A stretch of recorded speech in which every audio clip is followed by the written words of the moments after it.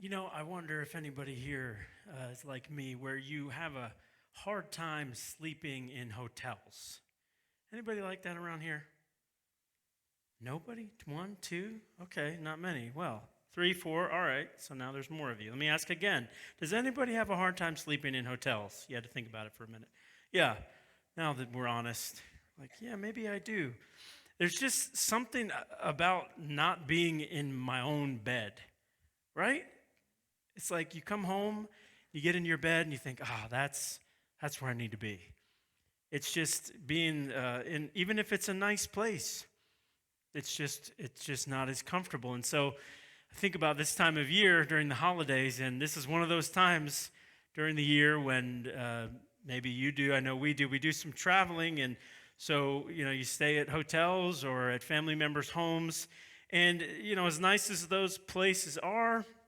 There's just something about being in your own house and sitting on your own couch, right? And being in your own routine that just makes things comfortable.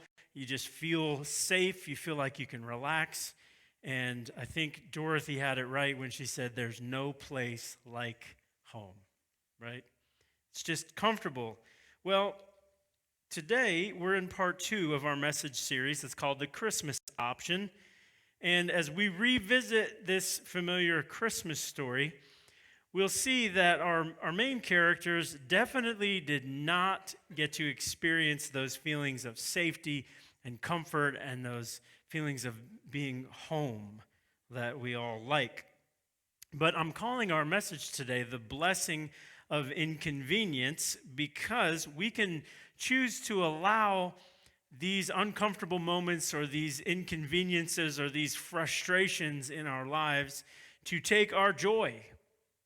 We can choose that option, and we can view these hard situations as hassles or as obstacles, and we can go down that road. Or we can choose the option to see the blessings that often come through, strangely enough, through life's frustrations and life's inconveniences.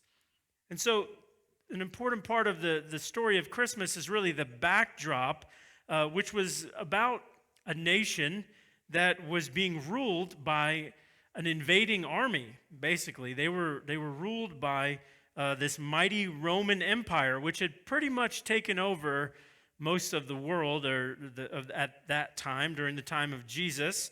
So this little nation of Israel in the Middle East was experiencing total upheaval.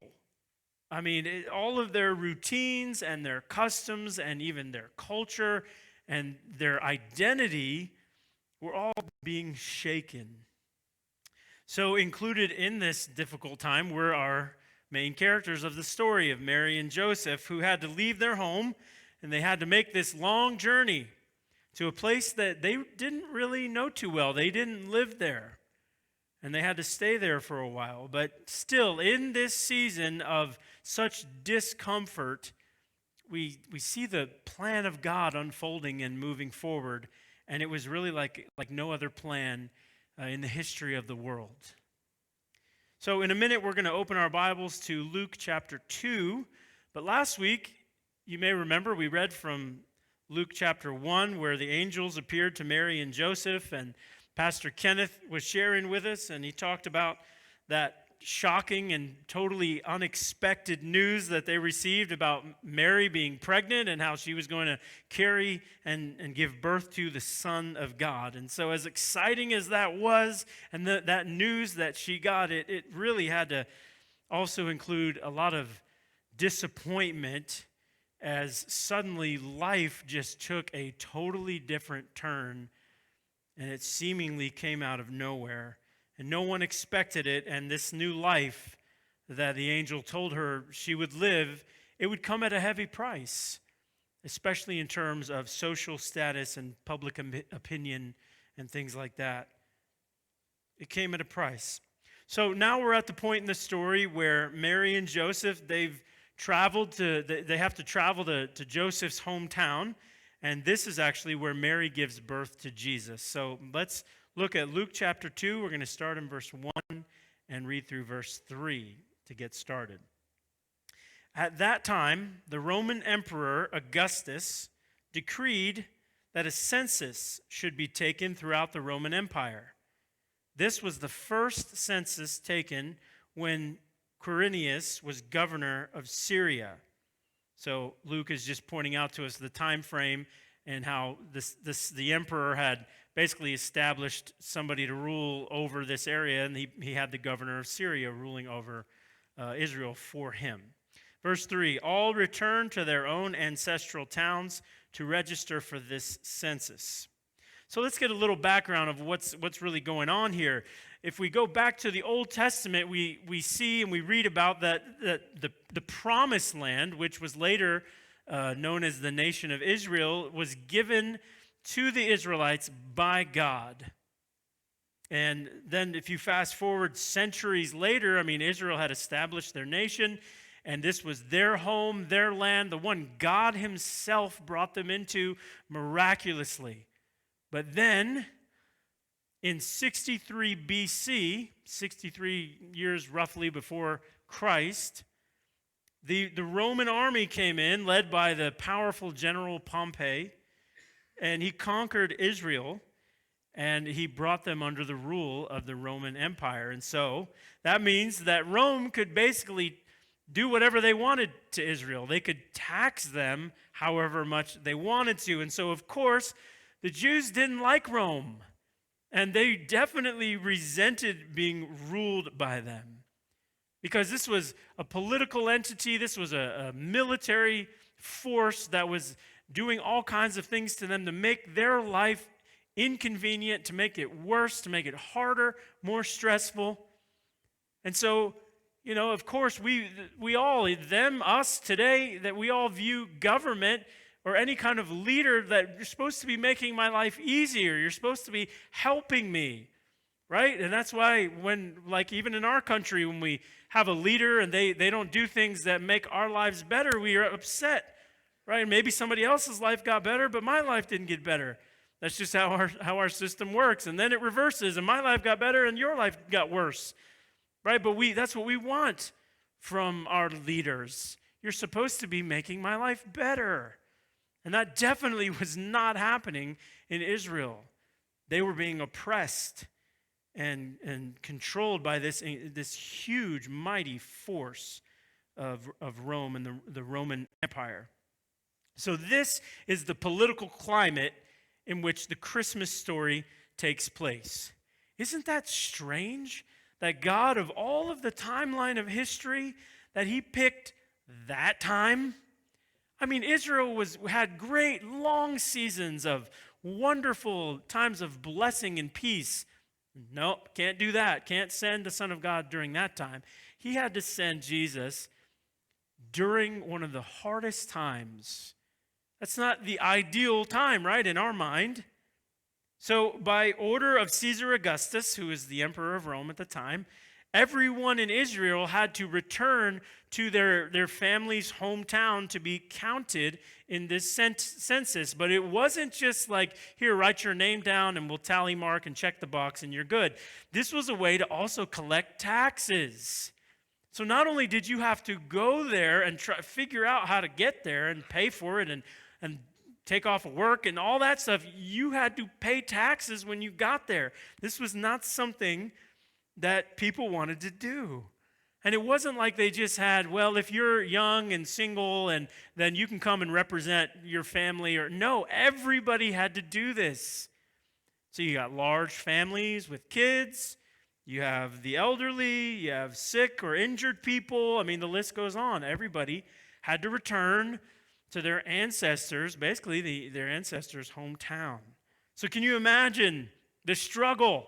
Imagine the hassle. I know how hard it is just to get the kids out the door, to go to school or to go to McDonald's. I can't imagine having to get the whole crew ready for this long trip, and the cost that would incur. And just how inconvenient is this? Just to go there to be counted? Can't I mail it in or something? There's got to be another way. But no, Caesar said, you got to go to the hometown. So it's kind of like they really lost their rights in their own hometown, in their own homes. They lost their rights. It's like being outsiders in their own land, the promised land. And yet they felt like outsiders. I can imagine that this must have felt like a really dark time for the Jewish people.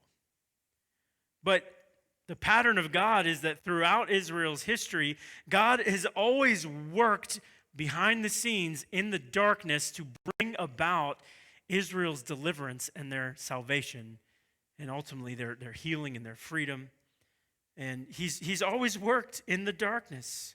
Even in the times past when the Jews had really lost all of their power, they'd been conquered, they've lost all their rights, God was still there, and God still worked miraculously in their midst.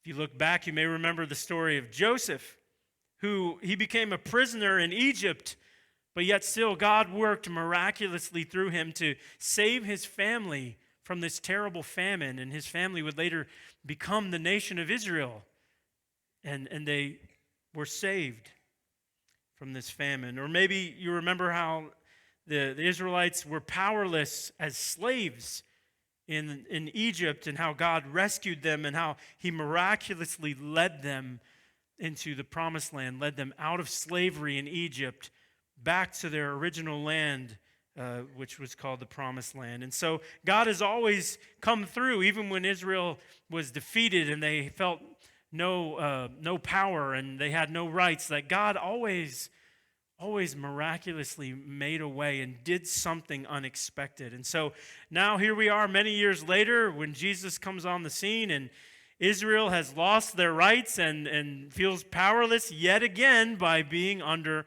Roman rule. But in the midst of all of this chaos and all of this unrest and the loss and just total inconvenience, God is going to miraculously bring about the salvation of the entire world right here in this crazy climate that they were in. So there's an aspect of God's nature and of his character that we can extract just from this little small part of the story, and that we can apply to our lives as we see what God does, that God can use our loss of rights and power for his glory. He can use our loss of rights and power and sure footing and feeling like we've got it figured out. He can use that for his glory. When we feel like we're losing our power or we're losing our rights, God uses that situation to reveal himself and to put his power on display. It's like John says about Jesus in John 1:5. He said, "The light shines in the darkness, and the darkness can never extinguish it." Can never, no matter how dark the darkness gets, no matter what comes against him, nothing can defeat our powerful God. His light continues to shine, even when we don't see it. See, the Jewish people were seeing things slip away. Their heritage, their place in the world, their culture, and ultimately their sense of identity and their rights as just citizens. And so they reacted like probably most of us probably would. They felt angry and they had some despair, and so they complained about the situation and grumbled and were really anxious for a Messiah now. Like, now we really want the promised Messiah so that he can come and deliver us from these Romans who are just oppressing us. The problem was that they couldn't really see what God was doing behind the scenes through all of the unrest and through the loss of their rights and the oppression and all that. Of course, we today, since we know the end of the story, we know that God was establishing his kingdom through Jesus. And this is a never-ending kingdom that's greater than any other kingdom or country or political system that has ever existed. You know who, there's a certain group of people that often find themselves in these type of situations, like what the Jews might have been feeling back then. And I think missionaries, especially missionaries to other countries, sometimes feel this way because they're basically strangers in a foreign land, and so they don't have all of the benefits and all of the rights that regular citizens do in that country. So it really limits how they can live their life, and it limits all the things that they want to do and get done while they're in that country. But there's another side to the coin. Because of that unique status that they have, they can often find a position of influence that local people don't have or can't have. Because people will listen to them. Because they see that the missionary, that they'll listen to their message because they see that this person, this missionary, or this family, man, they're proclaiming this message really costs these people something. And so their words carry more weight because of the hardships that they endure, because of the sacrifices that they make. That earns them credibility, and people, the local people, will listen, whereas somebody from their own country might say the same thing and they wouldn't listen.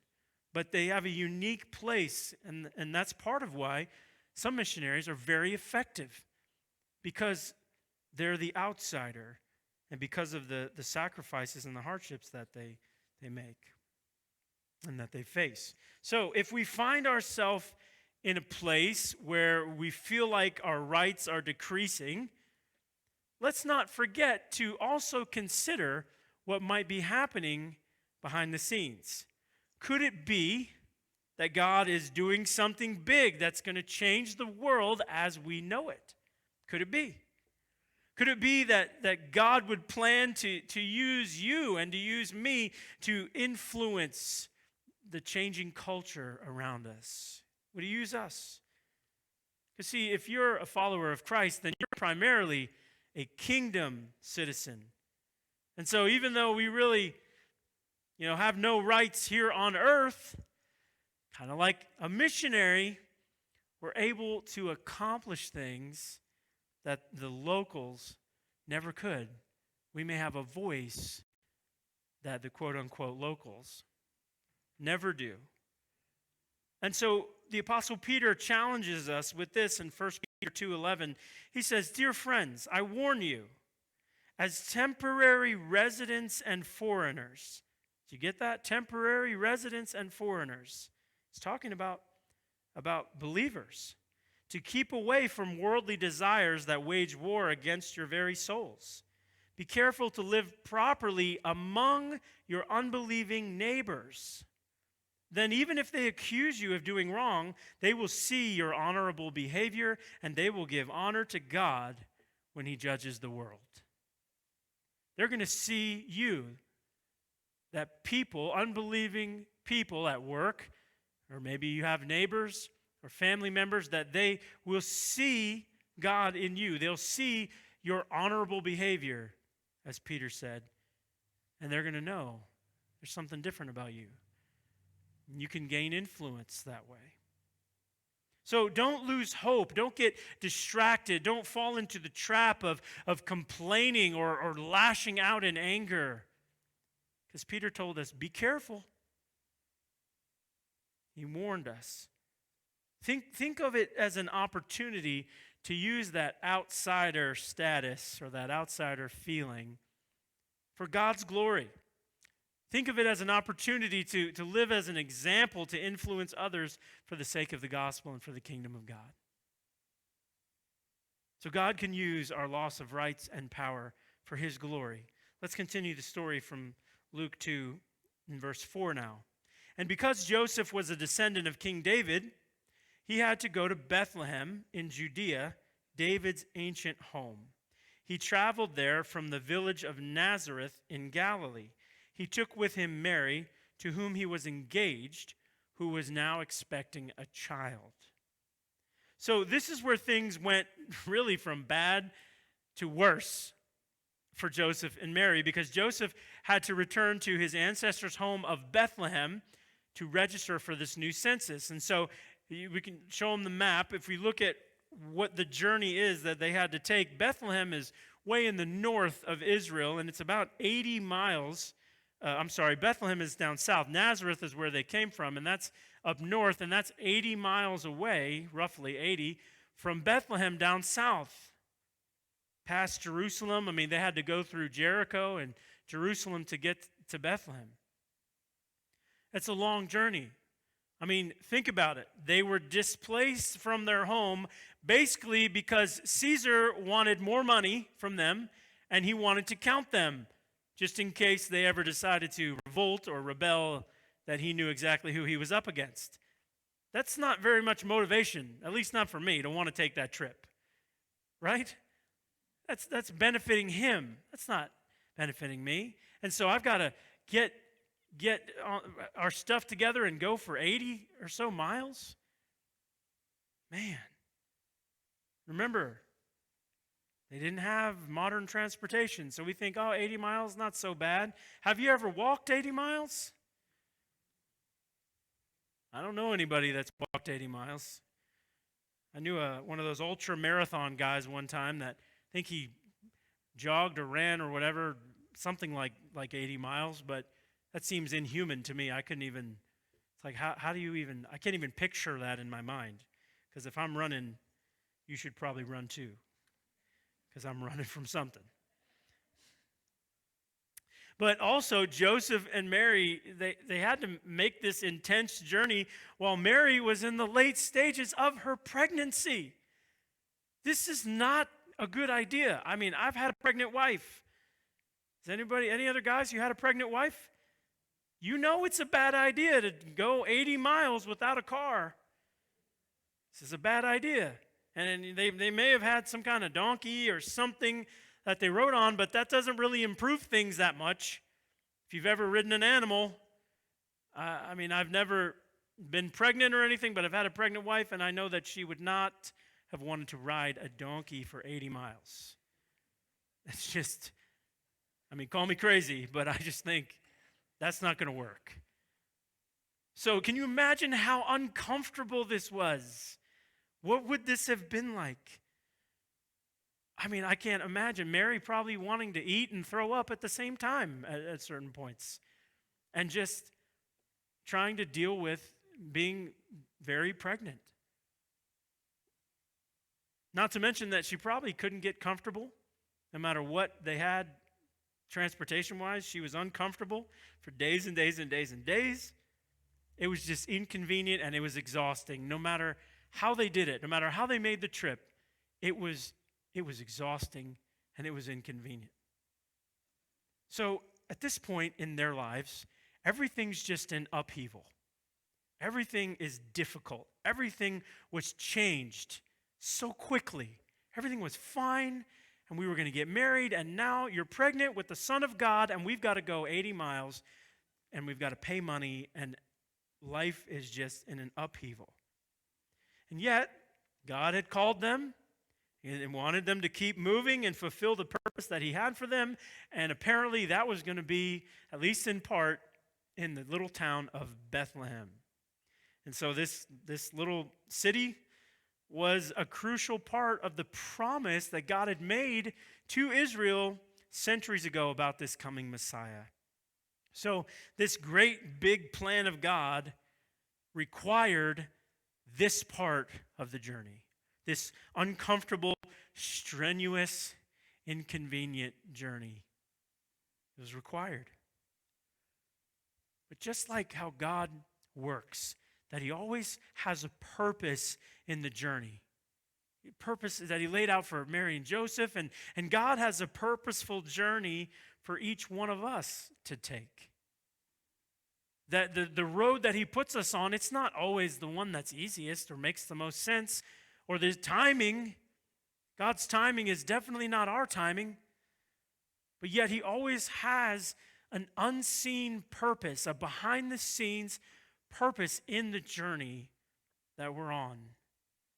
We just have to choose to see it with our eyes of faith. Even though we can't see it on paper, we can't see it in the natural, we have to choose that with our eyes of faith, I'm going to see that there is hope and that God has something in store. We also have to be willing to step outside of our comfort zones. We have to be willing to be inconvenienced, which I know in our culture, and it's almost bad to say in American culture, to be willing to be inconvenienced. But I've found that there is great blessing to be found in those times. Those times where it's just uncomfortable, or you're stepping out, you're not totally sure, or it's awkward, or there's unknown. You don't have sure footing other than just what the Lord is doing. I've learned that there's great blessing. And so there's this model. It's a psychology model here that I'll show you on the screen. It's called the learning zone model. And the learning zone is where we want to be. And this model says that there's 3 zones or 3 states of being, state of mind, when it comes to how receptive we are to personal growth. And so there's the middle of the circle there. That's the comfort zone. You can see it up here in the blue. The comfort zone, that's the safe place. That's where we like to live. If we're being honest, right? I'll be honest. I like the comfort zone. Any other comfort zone lovers we have around here? Yeah, I mean, it's nice. I know what's going to happen. It's predictable. It's things that I like. Everything's set up the way I like it. When you watch football this afternoon, you're going to be in your comfort zone, right? How many of you have a chair or a spot on the couch, and you've got a cup holder, and you've got your snack tray, you've got your big screen, you got your audio system? It's wonderful, isn't it? So at best, the comfort zone is a place to reflect. So at best, when we're talking about our growth, we can reflect on things that have happened, but that's about as far as it goes. The sad part of it is we don't grow in our comfort zone. I wish we did. I would grow so much. But we don't grow in our comfort zone. And then the last ring of the circle is the panic zone. And this is where learning is beyond what you're familiar with, and it becomes very difficult. You can't receive it. You're just in panic mode, where there's crisis or there's upheaval, and you can't grow. You can't process things. And some of us live there for a good bit. Our lives are just totally chaotic and a mess, and we can't get our head on straight. We don't know what up and down and left and right. We're just living in the panic zone. It doesn't always mean that there's crisis like sickness and hospitals and car accidents and cancer, and I mean those things can put us in those zones, but it's like a life that we make happen, that even when things get all cleaned up and nice, before you know it, we've created upheaval and chaos again. Some of us live that way. We live in the panic zone, and we can't really receive when we're there. But it's this middle area here on the circles that is called the learning zone. This is where we can grow. And this is where you can grow and learn, simply put. And this is where we're receptive to what God is doing, that we can see clearly that He's at work. And this is where we want to live. But see, some people have this misguided idea that if God is really leading you, then the journey is going to be easy. Right? It's God leading you. It's going to be comfortable. I mean, why would God? He loves you. He wouldn't put you through anything difficult. It's not going to be uncomfortable or inconvenient. No, it's God. He's got endless power and endless riches and sovereign God over all time, including the future. I mean, if you just give your life to Him, He'll just iron everything out for you, make it smooth. That's a misguided idea. That, if you serve God, man, His plan, everything will just make sense the whole time. He's going to give you the layout. He'll send you an email about everything He wants you to do, and you can chart it out. It's easy. No. But if you look at anyone that God has ever done amazing work through, what are you going to see? You're going to see hardship. You're going to see inconvenience, because God uses us the most when we're outside of our comfort zones and we're in that learning zone, because we're open to Him. We're open to him. And it's in that spot that we realize that it's him doing it. It's him working and acting. Because there's no way in my circumstance that I did this. You know, Joseph and Mary, think about their situation. There's no way they could do this on their own. Obviously, of course, having the Son of God, that's definitely a God thing. But just making the journey and making everything work and having a child and keeping him alive and all these things, that's not something that they can do on their own. But when we're out of our comfort zones, that's when our antennas are up and we're listening and we're attuned to him. In other words, God's journey for our lives is a struggle because it takes us from a place of comfort to the place that God wants us to be. And like I said, I wish that could be the same place. The place of comfort and the place God wants us to be. And so you may be robbed of your comfort and your convenience, but there's no need to panic, no need to complain, because there's a reason for that discomfort. See, enduring the inconvenience of the journey positions you for God's promise. Let me say that again. Enduring the inconvenience of the journey positions you for God's promise. See, they had a promise. Mary and Joseph were promised this baby. And they had to go through this difficult time. You know, we can count on the fact that if God really does have a journey planned out for us, that he's going to go with us the whole way there. And actually, even more than that, he's going to go ahead of us and prepare the way for what's coming.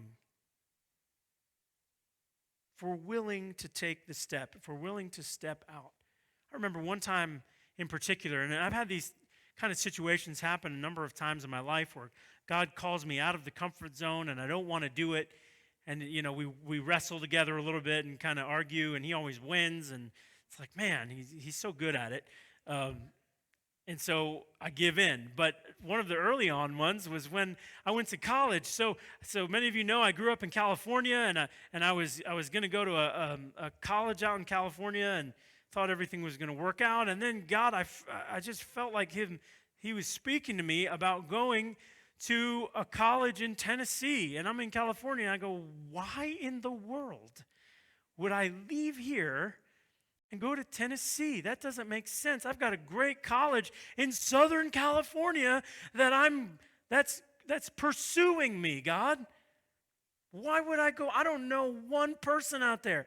It's hot. It's so hot and humid. California doesn't have that. And where I lived, I mean, it was like 40 to 80 year-round. It's like, what is this place? Like the surface of the sun down there. Why would I go there? I don't know one person. They talk weird down there. What is this? Backwards place. They don't require car insurance. What? It's true. When I went there, after I got there, they put it in place. I like to think I have something to do with that, but no. I thought, this is such an inconvenient thing. My family is here. My friends are here. Everything's here. Why are you telling me to go there? That is costly, and I'm going to miss everybody. And what if it doesn't work out? And, you know, you've done it, the what ifs, but that doesn't make sense. And, you know, if you just go through the list of all the reasons why that's not a good idea. And God's just sitting there going, do it. Just do it. But why? And, you know, you go round and round. And I'm thankful that I did. And when I committed to doing it, all right, I'll do it. Then the Lord brought two of my friends there in California and said, we're going to go there too. We feel God asking us to go. What? This is crazy. We're all going to go to this school in Tennessee. And we did. And I'm telling you, if I hadn't have gone there, my whole life would be totally different. Everything about me would be totally different. My family, my wife, my kids, ministry, everything. And, you know, I didn't realize it at the time that what was on the line. But we endure the inconvenience of the journey because it positions us for the promise of God that we can't always see. So just because it's hard or you feel like you're walking up a hill doesn't mean that you're outside of what God wants you to do. You might be right in the middle of it, just like Joseph and Mary. So let's continue the story. In verse 6, and while they were there, the time came for her baby to be born. She gave birth to her firstborn son. She wrapped him snugly in strips of cloth and laid him in a manger because there was no lodging available for them. Did you catch that in the beginning there, or actually here at the end, that there was no room for God, for Emmanuel, for the I am, the eternal God, that there was no room for God who had come to be with us? I mean, you talk about one of the worst blunders in history. How would you like to be known for all eternity as the people that told Mary and Joseph, I'm sorry, we don't have any room for you? Sorry. I mean, that's what you're known for. That's your big moment in history. That's an epic fail. On the other hand, if you think a little deeper about it, would there really have been any place that would be suitable, would be appropriate for the Son of God, for God in the flesh to be born? I don't think so. I don't think so. There really was no room for them on many levels. Now, oftentimes when we hear the Christmas story, we get this image in our minds of Joseph, and he's going around late at night just pounding on doors, and he's trying to find a place on Christmas Eve where Mary can give birth to this child, and it's real rushed, and so he goes to the Motel 6 and knocks on there on the door, and they say, no, we don't have any rooms. We're no vacancy. And he slams the door in his face, and so Joseph has to kind of scramble, and the baby's coming, and so he finds this stable where the animals are kept, and he brings Mary there just in time for Jesus to be born. And that's sort of the cultural image that we get, but that's not actually, the actual story in Scripture is a little bit different. So look back at verse 7. She gave birth to her firstborn son. She wrapped him snugly in strips of cloth and laid him in a manger because there was no lodging available for them. So some translations, maybe yours uses the word inn, like a motel for traveling strangers. But that's not an accurate word. That's really not what it was. There wasn't like this big motel, and you have a guy or a lady at the reception desk, and they check you in. That's not the word being used. The Greek word that Luke uses here is more like our understanding of a guest room at somebody's house. Now, there's a different word that Luke does use later on in chapter 10 when he's telling the story, and he's quoting Jesus telling the story of the Good Samaritan. You may remember that story where a guy was beat up, and some Samaritan came and helped him, and he took him to the inn, and he paid the innkeeper to take care of him. In that case, he uses a different word than he uses here. That word is more about like a motel for traveling strangers, and not like a guest room. So what's most likely going on here is that Joseph had relatives to stay with, since this was his family's hometown. Not to mention that people typically, as far as I know, don't want to give birth to a baby in a public motel. That's a hunch that I have. Ladies, am I right? Is that crazy talk? Or would you just roll up to the Super 8 and just rent a room and just have the baby?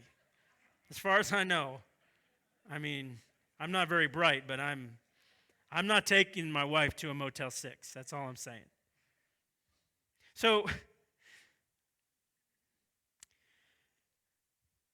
people don't want to give birth in a public place, and don't today, and don't back then. Didn't back then, because inns or those little motel places, they really didn't have a good reputation, and Mary would have obviously wanted some privacy for this whole situation. And so this whole idea is reinforced again in verse 6 when it says, and while they were there. And while they were there. So this whole image of Joseph running around on Christmas Eve trying to find a place, that's not true. They were already there. They'd been in Bethlehem for at least a little while, maybe a number of days. We're not sure, before Mary gave birth. So they weren't just rushing around trying to find somewhere to stay on Christmas Eve, but they were looking for a proper place with enough space and with enough privacy for the delivery. And so, since the census was happening, Bethlehem was really crowded because all the people had to come back. All the hometown people had to return. And so all the family members were housing people, probably jammed in every corner of the house. And so, they didn't have a good space for Mary and Joseph, for Mary to have the baby. And so, Mary's wanting a more private space, and the only one that would really work would be behind the house in the cave where they would keep the animals. And so that would work, and there was a little manger there, and it was protected enough, it was private enough, and that's where they went to have this baby Jesus. And so nothing like this had ever happened in the history of the world, and would never happen again. And it was just this singular, God-inspired moment that had changed all of history. Because there wasn't any room in the houses, they ended up in the back, giving birth with the animals. And that tells us something about God. You would think he would come and be at a mansion of some kind, that Mary would be in this palace to give birth to Jesus. But no, that's not the way. Not only did he go to a commoner's town, a commoner's house, but there wasn't even room in the house. He didn't really fit. So it's no surprise that really for believers that our lives really should sometimes feel like there's figuratively no room in the house for us. And we should never fully fit in, because our lives are different. Our lives are Spirit-led. Our lives are God-driven. We're not at home in this world because we weren't created for this world. This world can't fully explain or even contain our purpose. So don't be surprised if people have a hard time fitting you into a box or putting a label on you. It's supposed to be that way. I've always had that problem.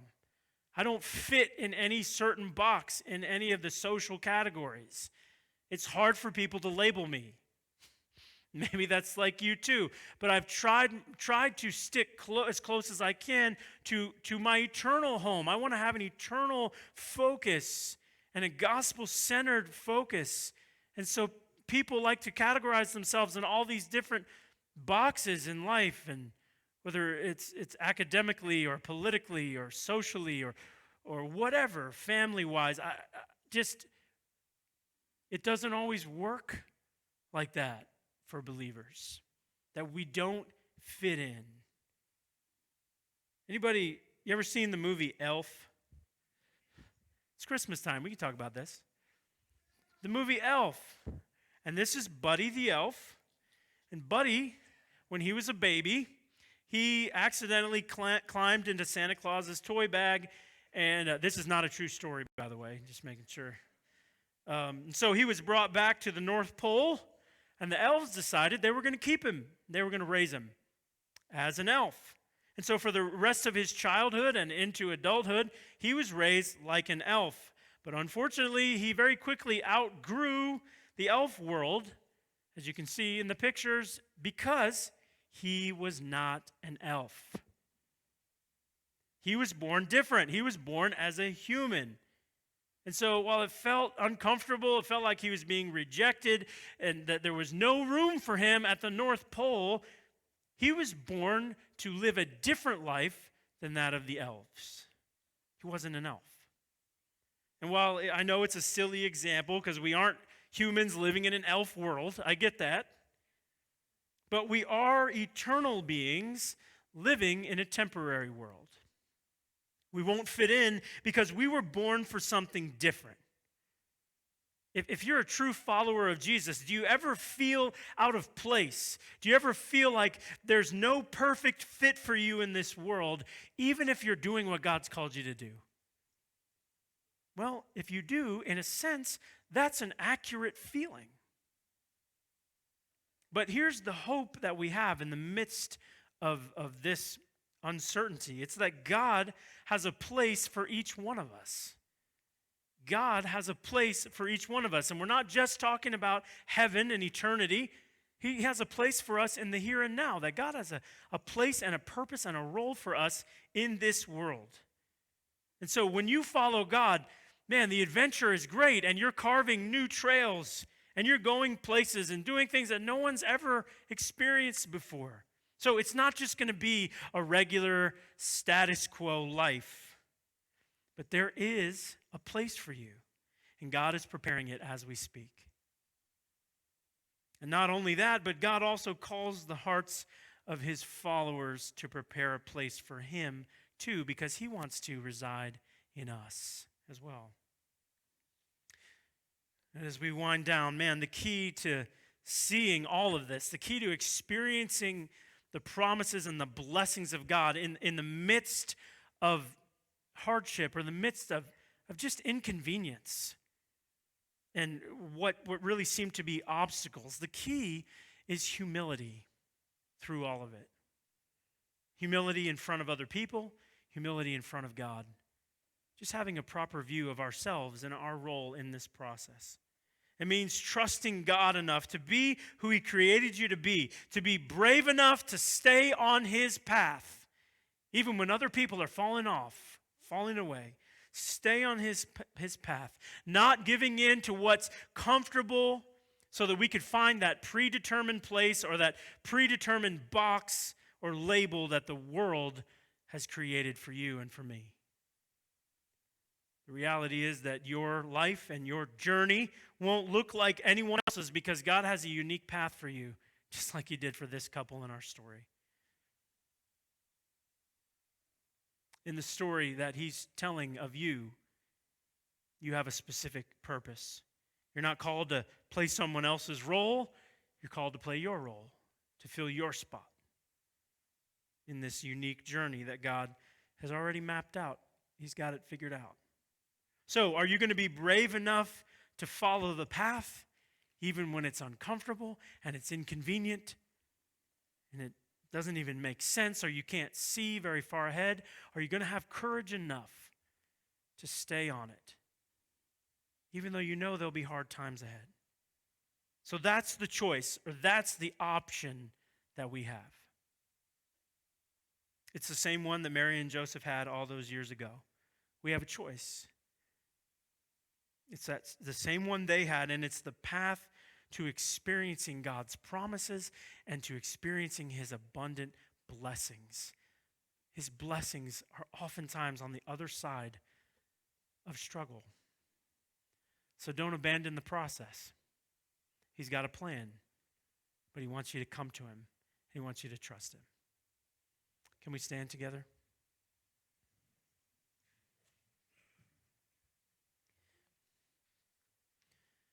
We're just gonna pray, and I want to give you a minute. As I was just here today in worship and going through our time together, I felt the Lord just nudge me to invite you up for prayer. If you'd like to have prayer over you, it could be for something that we talked about today. It could be a situation in your life, a need you have.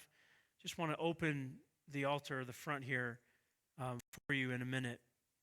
And our prayer team's going to come up in a minute and be available to pray with you, and I'll be going around as well. And then we do, after that, we'll end our time, and then just as a reminder for our members, we do have a brief meeting after church today to talk about just a couple things. Won't take too long, so stick around. But let's go to the Lord in prayer. And prayer team, you can go ahead and come on up. If you wouldn't mind to just come and spread out along the front. We've created a new prayer team that's been meeting, and you didn't know this, but they've been meeting and praying for you. Every Sunday morning before service, we've been praying for our time together and for you, and so this is that team, and so they are ready to just believe God with you, whatever your need might be. So let's go to the Lord, and then I'll invite you forward. Lord, thank you for your word and for this time that we've had to be together and to learn and grow. And I pray that for those that may find themselves at that crossroad where the road ahead looks tough, things would be easier if it was different, that if they did it another way or the way that seems to make sense, it would be easier. But you're calling them to a different road. And I pray for those specifically that are in that spot, that you have called them, you have spoken to them, you have nudged them, and right now they're in that choice of they have an option to have courage to trust you or to do what's comfortable. I pray for a supernatural boldness to be upon them, and that they would walk your road and stay on your path. I pray for all of us, Lord, for your encouragement in our hearts as we face different things, as things that we don't understand, or the unknown that lies in tomorrow. We can't figure it out. I pray that your peace would come upon us and that we would release things to you and trust in you more. Thank you, Lord, for this time, just a special time to focus on you.